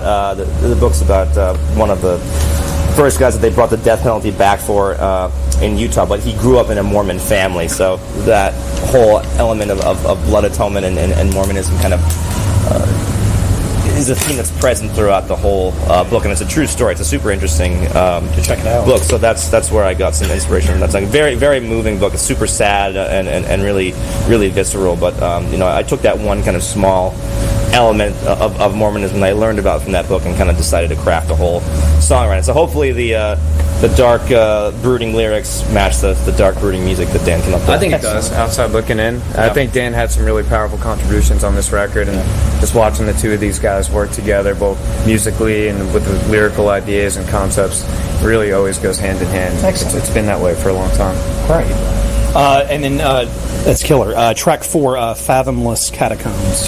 Sure. This one again has a lot of. This one takes the listener on a journey, and the lyrics of it are very much a story that's sort of moving in like chronological order, right? So it's not inspired by anything, by any of Lovecraft's works, but I sort of took inspiration more in the Lovecraft's writing style for that one as far as the lyrics go. So it's about 3 grave robbers that are in search of these sort of untold riches in this like cursed church, but what they don't realize is there's actually no luminous tomb down there, and it's all just like a big trap. So like when you go in search of this treasure, you end up just sort of getting lost in the labyrinth below the church and lost in the catacombs, sort of doomed to roam eternally. So I try to have the music when I was writing the lyrics, like that was just sort of the imagery I was getting, and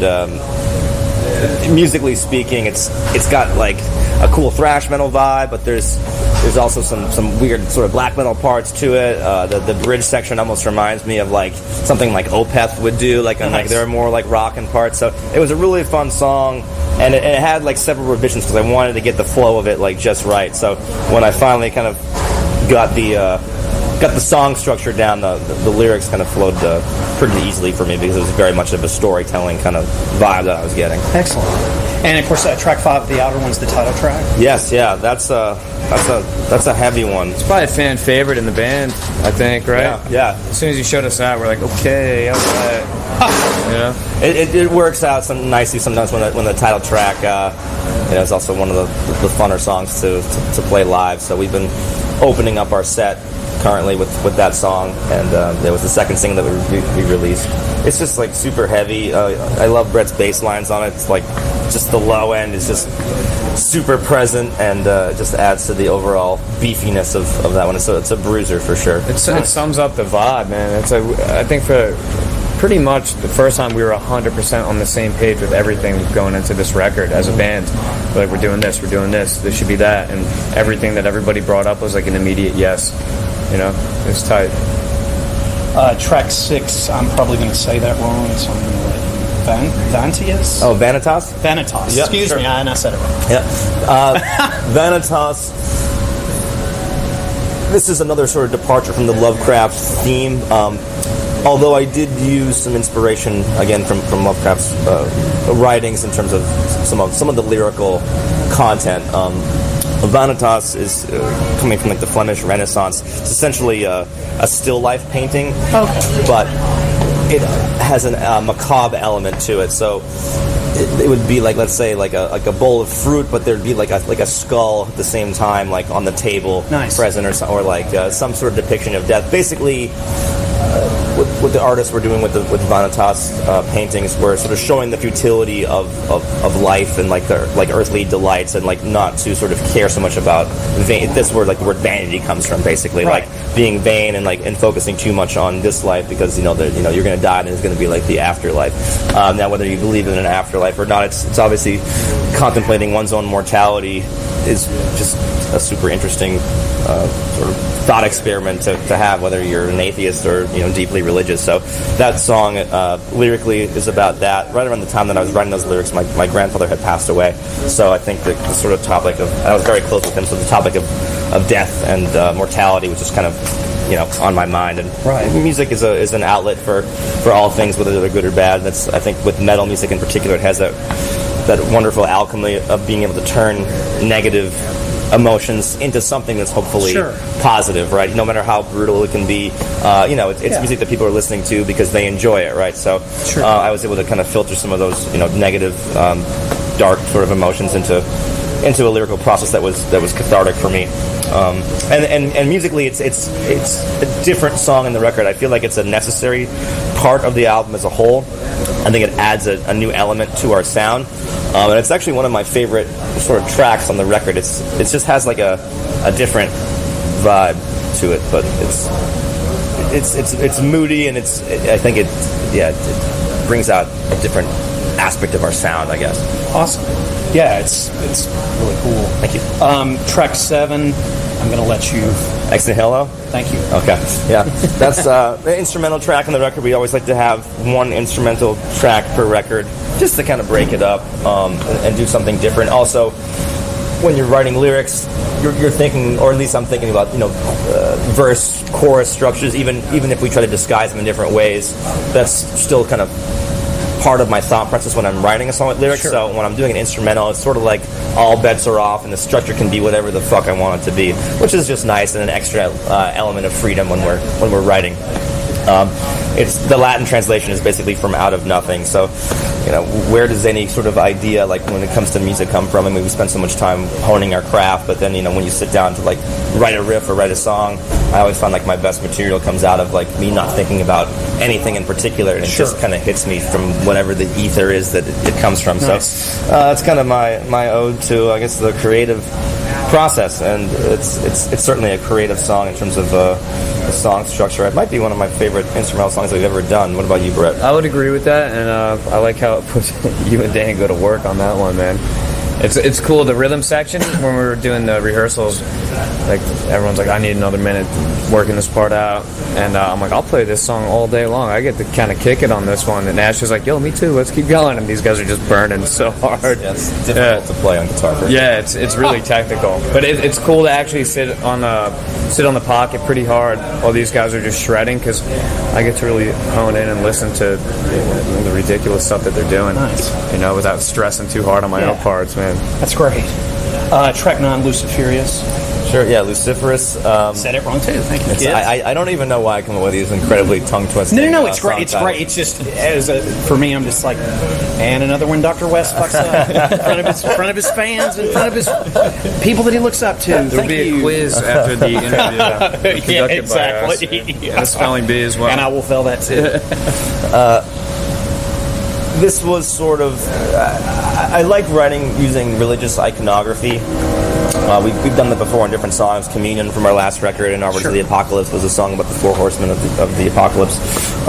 This one was more about the Garden of Eden. Lucifer, sort of one of the translations of his name is like Lightbringer, right? So there's a certain element in that story when you read about the Garden of Eden. It's a strange allegory because they eat from the tree of knowledge, and God sort of punishes them for that, which is such an interesting concept in religion, that you'd be punished for seeking knowledge. And in many ways, when you look at the Inquisition and rebellion against the church, there is that element of trying to sort of clamp down on sort of self-discovery, and just you have to sort of follow these rules. And obviously, metal is a huge middle finger to the status quo in general. Sure. So I wrote that song just sort of about that allegory of the Garden of Eden, but did it in my own way. So hopefully it's not super heavy-handed, and there's a little bit more. You can maybe take different meanings from it, I guess, just like any sort of allegory, right? Nice. Dan wrote that song musically, so it's I think it showcases definitely his love of black metal for sure, but also sort of his love of D-beat and just sort of ripping ass riffs in general. Like that one's definitely touches on a lot of bases stylistically, and this is probably one of those things that only I think about. But on the outro solo, I've always been a fan of like rock and some of like the 80s metal and stuff like that. So like it never really happens in metal, but there's it happens all the time in like rock and like in like 80s metal, where like the final chorus will come in, but there'll be like a guitar solo underneath it, which like I don't really often hear while it's going on. So it's like I want to do that with metal though, and like have this like ripping ass chorus, but then like a guitar solo comes in, and like just for an added extra layer that probably no one else will get with me, but I'm talking about it now, so maybe some people pick up on it. Like I threw in a couple like gospel-y style licks, so like my most sort of gospel style phrasing on the record is over our most satanic song, which I get an extra kick out of. Yeah. Great, that's fun. Track 9, A Starless Darkness. Sure, yeah, this is the album closer. Definitely, to me, the most epic song on the record. It kind of has two parts. This sort of really sort of spacey, open first section. The verse riff almost reminds me of something like Isan would write or something like that, and then it's got like sort of this clear sort of pivot where it gets into a more faster, upbeat, aggressive section. Lyrically, this one doesn't have a Lovecraftian influence either, but at the same time it has a sort of sci-fi quality to it, so I guess we could kind of put it under that umbrella. Like sometimes when I listen to theoretical physicists do podcasts and whatnot, I always find it interesting like how influenced they are by like Star Trek or Star Wars or sci-fi in general, and a lot of these guys are coming up with, I think, some of there's a certain imagination behind like theoretical physics, right? Because it's something that you can't prove, but it's just something that like they can postulate is true based on like math or models that they can sort of generate, using computers. And I think that the kickstarting of that imagination, probably what got a lot of those guys into that shit in general, was just the love of science fiction, right? Lovecraft himself actually wanted to be a chemist before he was a writer. It's amazing how to do that. So A Starless Darkness is the theoretical, the concept in theoretical physics of the heat death of the universe. There's kind of two ways scientists postulate. One is that there was the Big Bang, right, and all matter is expanding out, but eventually gravity will take over and will pull the universe back together, and it will get infinitely and infinitely smaller into like this like supermassive black hole essentially, and then it will combust again and explode, and life will renew. The kind of concept of how many times have we had this conversation right here, like are we living in this sort of closed infinite loop of Big Bang, explosion, contraction, Big Bang again, and it just goes on for infinity. However, there's actually no scientific evidence to support that whatsoever. The universe isn't contracting like they would expect it would. It's actually expanding due to dark energy forces that and that's a force that they don't actually have any idea like why that exists at all. So the universe isn't contracting, it's expanding, and it's actually accelerating in its expansion. So due to that, scientists are like, oh, we're not going to have another Big Bang. What's actually going to happen is stars are going to get further and further apart. The galaxies are going to get further and further apart, and eventually stars are going to run out of star fuel and just kind of burn out. And trillions of years from now, eventually even black holes will lose the radiation that keeps them sort of churning and going, and everything will just become this sort of lightless, frozen graveyard where nothing will ever sort of grow again, which is super depressing, and I thought it would be a great way to end the sci-fi saga of the Outer Ones with a totally dead and lifeless universe that perhaps the Outer Ones will preside over, or they'll move on to a different dimension entirely. So that was That's the most brilliant description of a song we've ever had on Phantasm. Yeah. Nothing can top that. It's actually one. No, it's seriously. I'm a huge nerd, so I was just like, oh, that's even cooler. I love this band. Yeah, so that was fantastic. Thank you. The Outer Ones is available from Metal Blade Records September 28th. Thank you guys so much for this. I really appreciate it.